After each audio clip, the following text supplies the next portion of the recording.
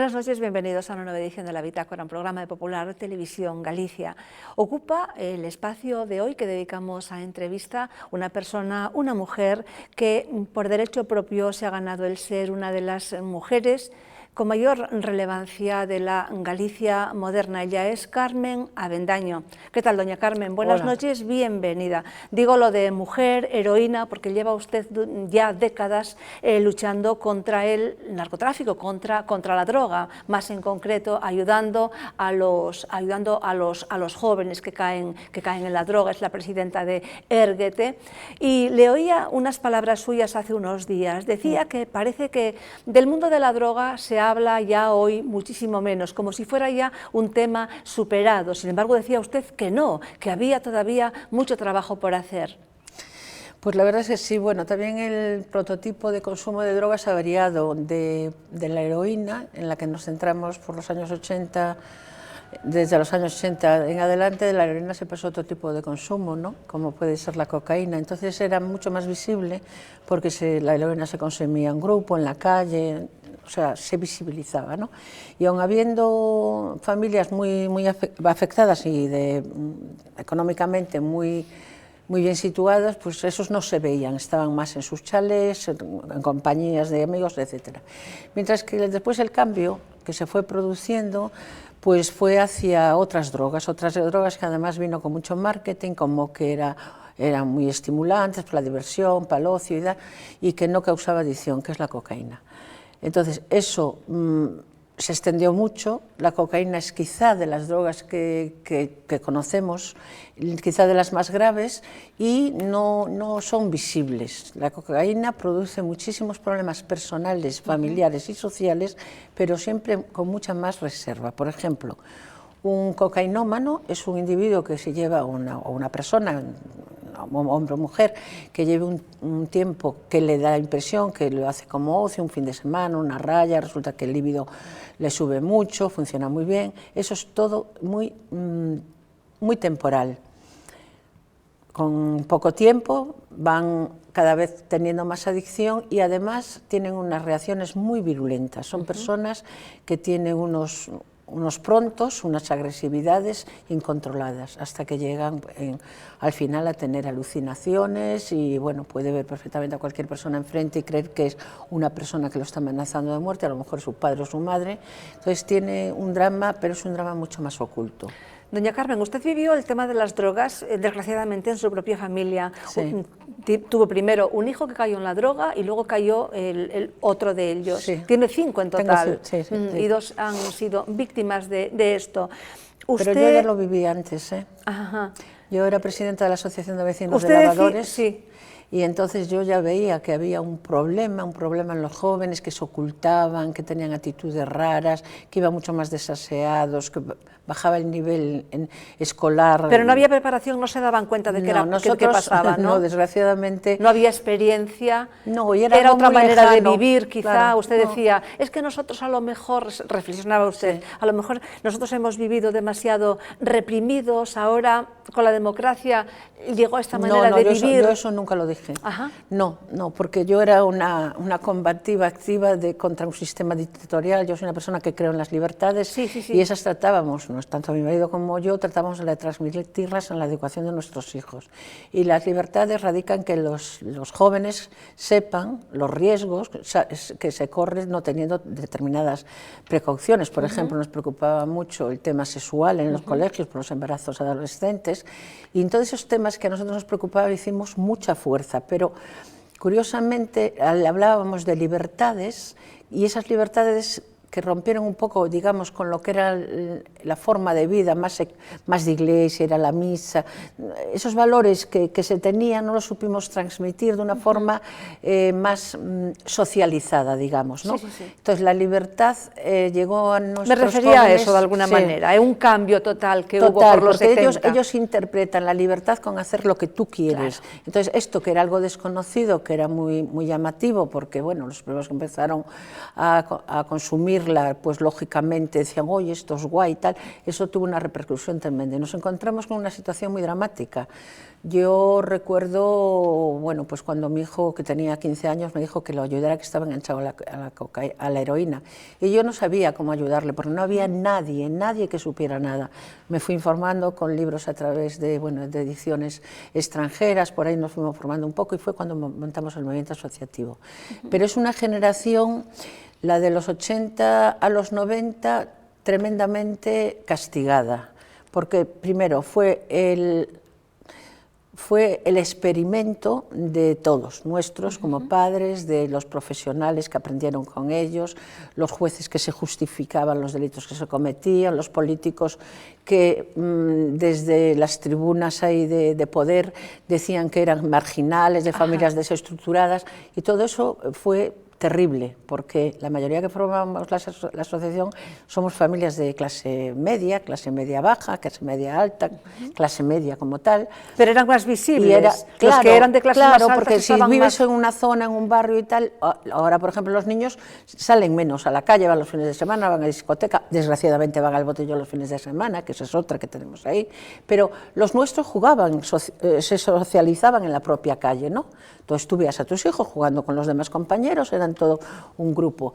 Y claro, esto todo nos cogió como muy desprevenidos. Y claro, cuando uno le atacan tan fuertemente como nos atacaron a nosotros y a cualquier familia que tenga el problema, y no sabes por qué, de dónde viene, lo lógico, y si eres sensato, es que te pongas a pensar, que medites, que saques conclusiones y que además rompas la imagen que la sociedad tiene del consumidor. Y ahí hicimos un frente común, empezamos a descubrir las grandes riquezas que eran ostensibles, empezamos a descubrir que del contrabando de tabaco la mayoría de ellos habían pasado al consumo, o sea, al tráfico de drogas, que primero venían de la parte del norte de África, heroína, hachís y marihuana, y que ya después, a partir de los años 80 y poco, bueno, pues ya toman contacto con gente de países productores como es Colombia y empiezan a traer la coca, ¿no? Claro, ¿qué ocurre? Que nos coja a todos desprevenidos, como decía antes. Entonces tuvimos que debatir durante mucho tiempo las familias con profesionales también y sacar conclusiones y marcarnos líneas de actuación. Y ahí... Y fueron tiempos muy duros, Fueron ¿no? duros, pero fueron muy enriquecedores en muchos aspectos. Porque, pero claro, murió mucha gente. Sí, eso fue muy dramático, todo eso fue muy dramático. Morían muchos chicos, chicas. Murió tanta gente como si hubiese, en esas épocas, y sin exagerar, una peste. como si hubiese habido una guerra, no, como si hubiese habido una guerra. Y además eran muertes anónimas, porque las familias le daba vergüenza, ocultaban. Claro. Entonces era una cosa que para que la gente cogiera confianza, que se diera cuenta que no era un problema nuestro, esa es la parte que más te cuesta, porque al principio dices, bueno, ¿y en qué hemos fallado? Porque nuestros hijos, ¿en qué hemos fallado en la educación? Pero no has fallado. Entonces lo que está fallando es la sociedad, y ahí te pones a investigar y se producen debates muy bonitos. Cuando salimos a la presentación pública teníamos muy claro, así lo debatimos durante muchos meses, que era un problema de tal dimensión que teníamos que conseguir la complicidad de los representantes políticos de todos los colores, de la policía, de los jueces, y que la sociedad visualizara cuál era el problema. Y efectivamente en esa rueda de prensa de presentación estaban representantes de los tres partidos. ¿De qué año estamos hablando? Estamos hablando del año 86. Estaban los representantes de los tres partidos. Estaba AP, estaba el CDS, es que no sé si era UCD, creo que era el CDS, y estaba el Partido Socialista. Y ahí ya empezamos a demandar una serie de historias que eran necesarias, como era la regulación legislativa, como era un plan específico de drogas, en fin. Entonces se produjo, digamos, un cambio entre los representantes y nosotros, la sociedad que padecíamos a través de nuestra familia los problemas. Y creo que eso fue muy bonito y muy estimulante en Galicia. Y paralelamente a esta sociedad que lucha, a esta sociedad que interioriza el gravísimo problema que hay en Galicia, que bueno, ya se hablaba de una Sicilia 2, sí. Había también una sociedad que se había corrompido y se había acostumbrado a ver pues, el dinero, que se había acostumbrado a ver las grandes mansiones, incluso los niños decían, yo de mayor, sí. Traficante. Sí. Bueno, vamos a ver, es que hay que profundizar en el tema. Galicia ha estado siempre muy abandonada, sobre todo las zonas costeras, los pueblos, ¿no? Y no hace muchos años, yo ya tengo 60 y muchos años, pues los marineros salían por la noche, iban a las CIES, había días que traían una pesca regular para mal mantener a sus familias y otros días venían a cero. Entonces es muy fácil hablar de corruptela a gente que realmente estaba con una precariedad económica tremenda. Entonces a los marineros le decían, oye, es que vamos a hacer un trasvase, vienes, nos ayudas, eso ya con el tabaco. Ajá. Y eso, digamos, que era como un extra, ¿no? Iba sosteniendo la situación de falta de trabajo, en fin. Y ya posteriormente, cuando llegó la droga, pues la gente más joven también se empezó a meter. Entonces había esa, digamos, ese respeto y ellos alcanzaban ese poder, sobre todo porque eran el mantenimiento de muchas familias. Pero claro, empezó a ocurrir algo que tenía que ocurrir, que los chavales que estaban descargando la mercancía se les pagaba en dinero, pero también en mercancía. Entonces ellos mismos eran distribuidores y al mismo tiempo se hicieron consumidores. Y aunque la mayoría de ellos no tuvieron problemas judiciales, pero otros sí, y veías como había una franja que no había nadie en prisión y en cambio estábamos zonas más industriales, como puede ser Ferrol, Vigo y demás, que teníamos mucha gente en prisión. Es el modus operandi de los cárteles, claro, de incrustarse. Y todo eso lleva a una situación donde tú ves cómo todos ellos empiezan a entrar en partidos políticos, mayoritariamente el PP, y no era casual tampoco. El PP... bueno, ya tenía buena relación también con contrabandistas de tabaco, hay que decirlo, pero el PP al mismo tiempo era el que ostentaba el poder. Entonces yo tengo una teoría que no hay quien me la quite y estoy convencida de ella, y es que el dinero, o sea, la sociedad en general somos ambiciosos, todos queremos tener y tal, pero la gente que pierde el escrúpulo por conseguir dinero nunca tiene dinero suficiente. Claro. ¿Por qué? Porque lo que quieren es usar como plataforma el dinero para tener poder. Entonces es fácil, nosotros lo vimos clarísimamente que si esto no se decía y no se aclaraba y no se visualizaba, que esto podía llegar a ser Sicilia. Y ahí yo me siento personalmente y colectivamente muy satisfecha porque todos lo entendimos. Y también fue la salvación de que estos que eran, bueno, pues alguno de ellos está saliendo estos días en los medios, ¿no? Eran tan prepotentes porque el dinero le daba tanta seguridad que lo que hacían era desprestigiarnos, ¿no? Nosotros éramos unas locas, y teníamos hijos con problemas de drogas porque no supimos educarlos, etcétera, etcétera. Y esa, digamos, esa seguridad que le daba el dinero y el entorno en el que ellos se movían, pues no les hizo ver la complicidad que nosotros, unas ONGs que nacen de la base de la sociedad, la complicidad que empezamos a tener con todos los que nos representan, con los jueces, con los políticos, etcétera, etcétera. Y entonces, cuando quisieron ya realmente darse cuenta, nosotros le teníamos el terreno ganado. Sí, por eso no hubo violencia contra nosotros. Hubo intentos, pero nunca fraguaron. Y no era casual, es porque ellos le daba el dinero, le daba esa seguridad que, desgraciadamente, a nosotros teníamos otra seguridad, que era la destrucción de nuestros hijos, que tenía mucho más valor. Yo vivía en Madrid en ese tiempo, pero yo a usted siempre la conocí luchando, y me acuerdo de algunas escenas que me parece que salen en esta información, en este vídeo que estamos poniendo aquí en el plasma, pues en el Pazo Bayón, en las rejas, y referente a esto, sí, de las amenazas. Lisa Lois, que es una periodista, la que más sabe, yo creo, de narcotráfico, en plan prensa, pues perdió un juicio contra el Laureano Ubiña porque ella escribió pues el capo tal, y como no se había demostrado que fuera capo, la demandó a ella, demandó al Mundo y ganó. Hasta que ya por fin un día lo condenaron. También demandaron a Interview en aquella época, y yo fui de testigo de Interview y perdió Ubiña. Y perdió Ubiña en Madrid. Y a mí también, Marcial Dorado concretamente me denunció 3 veces. Una en Villagarcía, que fue muy llamativo porque vino un montón de gente a solidarizarse, otra en Pontevedra y otra en Madrid. Pero en cambio sí ganamos, sí ganamos. Entonces ahí fue el principio de la chulería y de la prepotencia. Es que eran chulos realmente, bueno, porque algunos eran maleducados, muy maleducados, y otros tenían esa chulería de poderosos recientes que llegan al avasallamiento.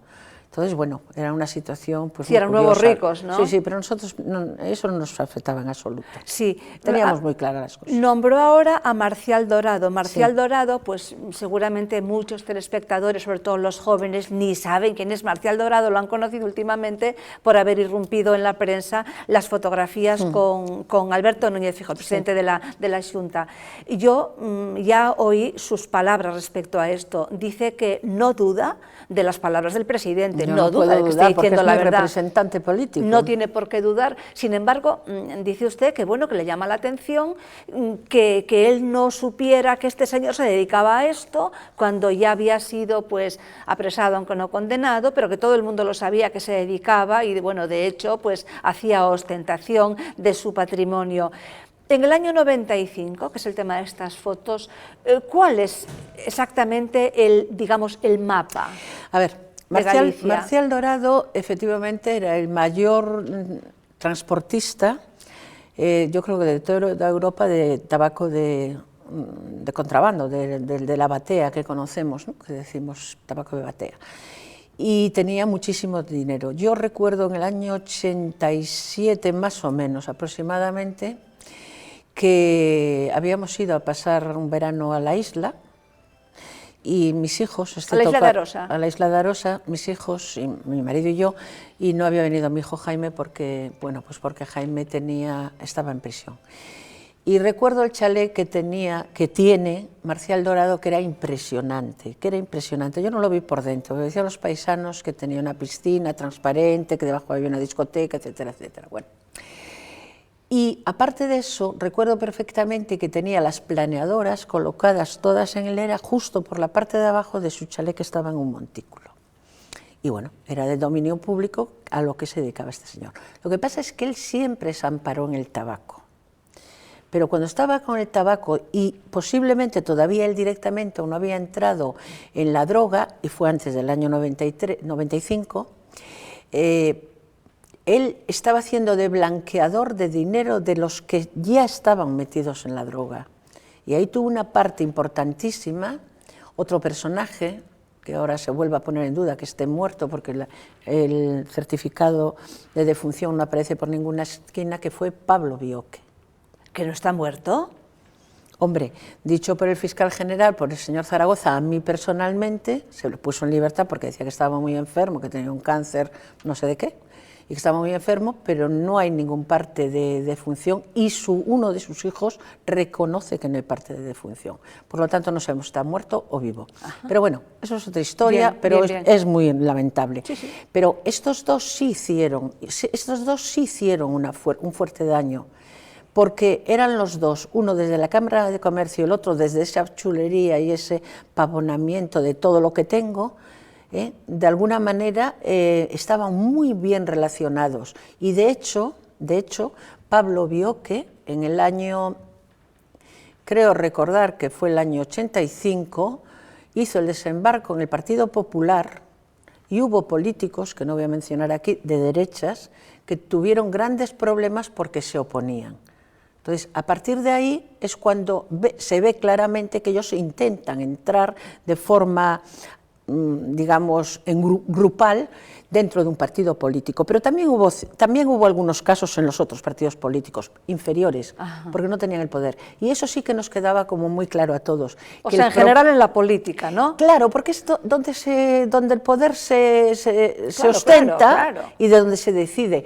Y efectivamente, bueno, es una historia pero que estos dos personajes, tanto Marcial Dorado como Pablo Bioque, bueno, pues seguramente se me estará viendo en la prisión y estará diciendo cáscaras, pero me da exactamente igual. Fueron dos personajes que corrompieron totalmente desde unas posiciones de rico, muy poderoso, y de presidente de la ¿cómo se llama?, de la Federación de Empresarios, de Villagarcía, la Cámara de Comercio, de la Cámara de Comercio. Ese Bioque. Fue presidente, sí, hasta que llegó Fraga y lo destituyó. Eso es historia. Sí, bueno, Pues nada, es tremendo esto. Vamos a ver, ¿cómo está en la actualidad? Que dice usted que efectivamente que hay que seguir luchando, porque si bien la cosa cambió, hay otras drogas, hablaba del botellón, si tenemos tiempo también lo tocaremos, pero me interesa especialmente algo. Ustedes están afectados también por los recortes. Tuvieron una reunión hace poco con la conselleira. Sí, bueno, una reunión donde estaba don Alfonso Rueda, ¿sí? Estaba el director general de Justicia de Galicia, que no lo conocía, lo conocimos allí, estaba la consellera, efectivamente. Y bueno, desde el departamento de Alfonso Rueda estamos haciendo un programa que ya llevamos 3 años y medio en Vigo, que es alternativo al cumplimiento en la prisión, que se llama Sísifo y con unos resultados magníficos. Entonces, bueno, pues estuvimos con los 3 porque queríamos plantear... Pero está recortado el programa, ¿no? No, el del no con nosotros, pero también estaban los profesionales, porque en estos temas estamos juntos, profesionales y ONGs. Y entonces, bueno, pues como este año también hay un recorte de un 10%, nosotros presentamos las quejas, dijimos en la situación que estábamos haciendo EROs alternativos, evitando el que quedara desmantelado los grupos y tal. Y bueno, la señora consellera de Sanidad, esa fue la idea que nosotros hagamos de ella por su actitud, ¿no? Pues era como si fuera, bueno, mira, esto hay que recortar y te damos. Entonces yo ya me cabré un poco y le dije, mira, señora consellera, yo creo que usted tiene muy poca idea y muy poca memoria histórica y le recomiendo que lea, porque para conseguir este plan de drogas en Galicia, que es único en toda España, en toda Europa y en toda América, que hemos ido a explicarlo, muchos profesionales y muchos políticos y muchas ONGs por todo el mundo, hubo que comernos cada uno puntualmente posiciones que tuvimos. Fueron reuniones de seguimiento que mantuvimos durante muchos años y de ahí nace una convivencia entre todos nosotros, partidos políticos, ONGs, profesionales, policía, jueces, todo lo que es la sociedad, que empieza a hacer que nuestro plan de drogas sea el mejor. Por lo tanto, estamos hablando de algo histórico que no se debe, bueno, que hay que defender a capa y espada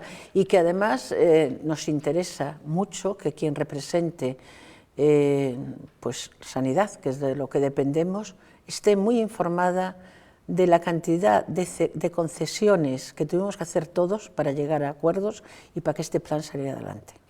¿Les han recortado el año pasado? No, nos ha recortado... ¿El 30% y este año...? No, el primer año el 5%, que decía que nosotros no somos la administración, nosotros somos ONGs.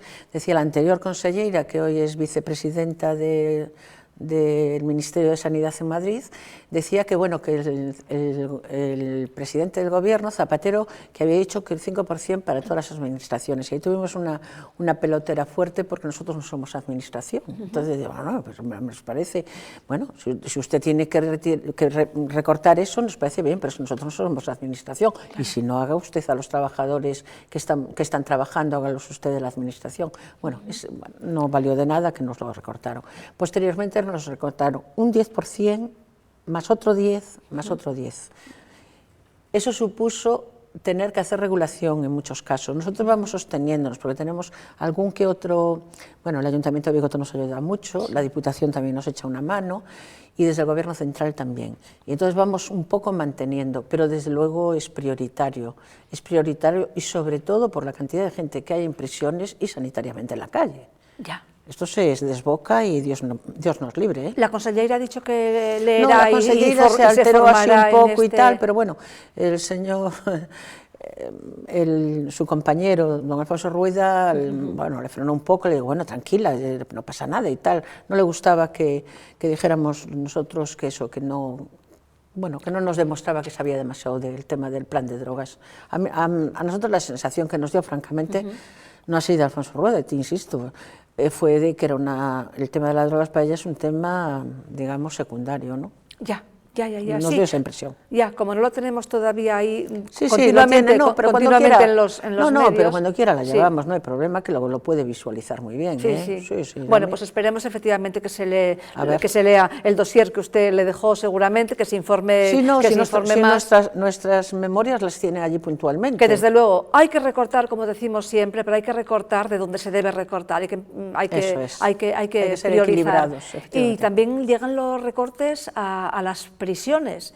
Sí. Parece ser que de los médicos que había también han recortado, han dejado uno por cada 1.300... No, más de 1.300. La media que hay en las prisiones de España son una media de 1.800 presos. Sí. Entonces había un equipo, pues un equipo amplio de tres médicos, de químicos incluso, que hacían analíticas, y esto se recortó por el Ministerio de Interior y se quedó solo un médico en cada prisión haciendo un horario de 8 a 3 de la tarde. Eso quiere decir Para 1.800. que 1.800 presos, que además en muchas horas durante la tarde están, la hora de la siesta y todo, están en sus celdas, quedan aislados. Pero ya no solo es eso, es que también dio una orden en la que las personas positivas de hepatitis... Eso es lo que le iba a preguntar ahora, sí. Las personas positivas de hepatitis, que están tomando interferón, la mayoría de ellas, que a las personas que son drogadictos se le quita el interferón porque es muy caro. Pero, óigame, es que esto es como para no creerlo. Pues sí, pues como yo cuando hablo y hablo en público, afortunadamente hasta el momento todavía no me ha cogido ningún renuncio a nadie, yo tengo mucho interés que la gente lo oiga y lo compruebe. Que han retirado la medicación a los que padecen hepatitis porque es cara. A los toxicómanos que padecen hepatitis sí. Que no son toxicómanos, sí. a ese se le mantiene. Sí. A los toxicómanos, que viene a ser un 80% de la población, sí. más o menos. Vale, pero ¿cuál es el razonamiento que se hace? Que es caro, óigame, si es muy caro. Ya, pero también es caro para los que no son toxicómanos, entonces es que es un castigo ya no, aparte, porque los que no son... A ver, los que no son toxicómanos son una cantidad menor de gente, efectivamente. Entonces es menos caro, entonces ahí es donde reducen. ¿Con quién reducen? Con los más vulnerables, lógicamente. Claro, es que no se entiende muy pues, bien. Pues yo lo entiendo perfectamente, le importa un pimiento los toxicómanos ni la situación que tienen médica en las prisiones. Porque si le importara un poco, y lo que más te duele de todo esto, a mí por lo menos me duele mucho, que llevo muchos años trabajando en las cárceles desde el año 79, sí. Lo que más me duele de esto es que los presos no tienen vías para poder responder y quejarse, porque no tienen voz, ni son visibles. Por eso es muy importante que digamos lo que está ocurriendo y que la gente lo sepa. Son ciudadanos, claro. Como podemos ser cualquiera de nosotros en un momento dado, que transitoriamente tengamos que entrar en prisión pues por un atropello, yo qué sé, por cualquier tipo de historias, pero tenemos nuestros derechos, no los fundamentales, sino los de la libertad, los tenemos restringidos un tiempo, pero somos ciudadanos españoles de pleno derecho para la sanidad, para la educación y para cualquier otro servicio que la administración pública tiene derecho a dar. ¿Usted tiene constancia de ese dato? Sí, sí, lo tengo. ¿Me lo puede...? Por escrito no se lo puedo dar, sí. Yo lo tengo porque lo he visto, bueno, que supongo yo que tendrá que haber venido en el boletín. Sí. No se preocupe que yo le hago llegar la del porque además es una cosa que hace poco estuvimos reunidos 82 asociaciones en Madrid y este tema lo saqué yo en la mesa y algunas organizaciones no lo sabían, pero la mayoría sí lo sabían, O sea, no es un tema que no lo sepa, no lo sabe la mayoría de la población, porque claro, además es difícil mandar el mensaje en este momento, porque están haciendo muchos recortes sanitarios y lógicamente la gente se preocupa desde fuera por los recortes que tienen, pues eso, los centros de salud que están quitando de los pueblos o intentan quitar en diferentes comunidades.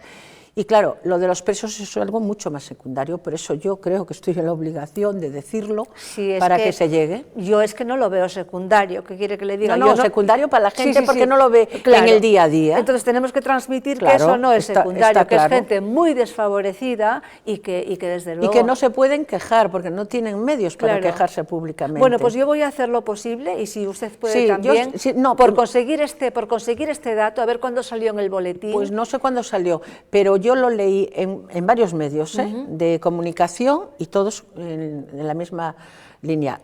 Es más, primero quitó los médicos y a continuación fue el otro tema de las medicaciones, del interferón. Bueno, estamos ya al final, me dicen que por el pinganillo, que el tiempo ya se acabó. Una pincelada sobre el botellón, que usted aludía a él. A mí me preocupa mucho y quizás sea una de las cosas que más me preocupa, por dos razones. Primero, porque el alcohol, bueno, forma parte de nuestra cultura. una parte importante, y el alcohol no es como era antes. El alcohol hoy es mucho más peligroso porque lleva mezclas, en fin, y de muy poca calidad. Y después me preocupa mucho la cantidad de gente joven que como ocio tienen el irse a emborrachar los fines de semana y que en muy poco tiempo van a tener graves problemas. Y tengo que decir que la experiencia de muchos años trabajando me ha dicho, no el alcohol, que en los años 80 no fue el alcohol, pero empezó con la marihuana y el hachís, y todos los que después pasaron a otras drogas habían tenido esa experiencia anterior. Y ahora lo que estamos recibiendo, y cantidad de gente muy joven, es que empiezan con el alcohol, siguen con el hachís, alguna que otra pastilla y coca. Además que parece que en los botellones es el alcohol y siempre hay el traficante de pastillas, siempre, ¿no? pero eso, pastillas literalmente que se acompañan de todo eso. Claro, y después, y después si van a una discoteca, pues esnifar, tú vas a una discoteca cualquiera, yo no voy, pero lo sé, que ves a lo mejor unas filas interminables de gente para ir al baño, y dices, pero bueno, ¿esto qué es posible? Me comentaba uno de mis hijos, el más joven. Y bueno, resulta que hay urinarios antes, y digo, coño, pues sí, aquí hay urinarios, ¿verdad? Pues estaban esperando para la raya. Claro. O sea, esto es como muy habitual. Por lo tanto, las políticas preventivas no han dado resultado y todos somos responsables, nosotros también, la gente, la ciudadanía de a pie, las ONGs, y los jóvenes no tienen la percepción de que el alcohol le va a conducir a un desarraigo, a hepatitis, a entrar en otro tipo de consumos, etcétera, etcétera. Entonces yo creo que hay que hacer una llamada de alarma porque el tema es grave. Doña Carmen, pues hay que seguir efectivamente trabajando. Bueno, lo de medida que podamos, ahí estamos. Hay todavía mucho que luchar, mucho que hacer, y nada, yo le ofrezco este programa para que hable siempre que quiera, y aquí estamos a su disposición. Muchas gracias, lo agradezco mucho. Muchísimas gracias por haber venido. Buenas noches. Gracias a ustedes por acompañarnos un día más. Nos despedimos hasta otro momento. Que sean felices.